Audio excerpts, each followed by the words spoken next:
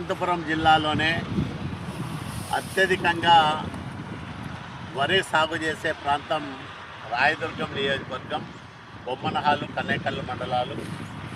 ఈ ప్రాంతంలో పండిన ధాన్యాన్ని సకాలంలో కనీస మద్దతు ధరలతో సేకరించడానికి ఈసారి ఎప్పుడూ లేని విధంగా 23 ధాన్యం సేకరణ కేంద్రాలను ప్రారంభించాం.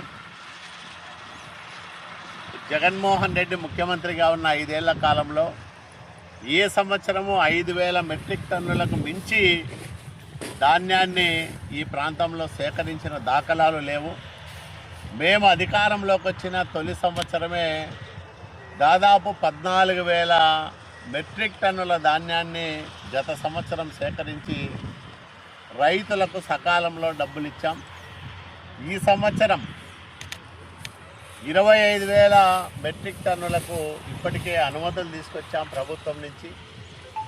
ఈ 23 కేంద్రాల్లోనూ 25,000 మెట్రిక్ టన్నుల ధాన్యాన్ని సేకరించిన తర్వాత అవసరం అనుకుంటే ఇంకా అదనంగా ధాన్యాన్ని సేకరించడానికి అనుమతులు తీసుకొస్తాం. అందుకనే నేను రైతులందరికీ ఒకటే విజ్ఞప్తి చేస్తూ ఉన్నా, దళారులను నమ్మి మోసపోవద్దండి. తక్కువ ధరలకు ఎవరికి మీ ధాన్యాన్ని అమ్ముకోవద్దండి.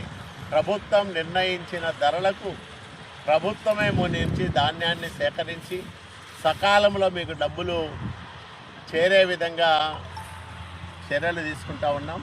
ఈ అవకాశాన్ని రాయదుర్గం నియోజకవర్గంలో ఉండే రైతు సోదరులందరూ కూడా ఉపయోగించుకోవాలని నేను అందరికీ కూడా విజ్ఞప్తి చేస్తూ ఉన్నాను.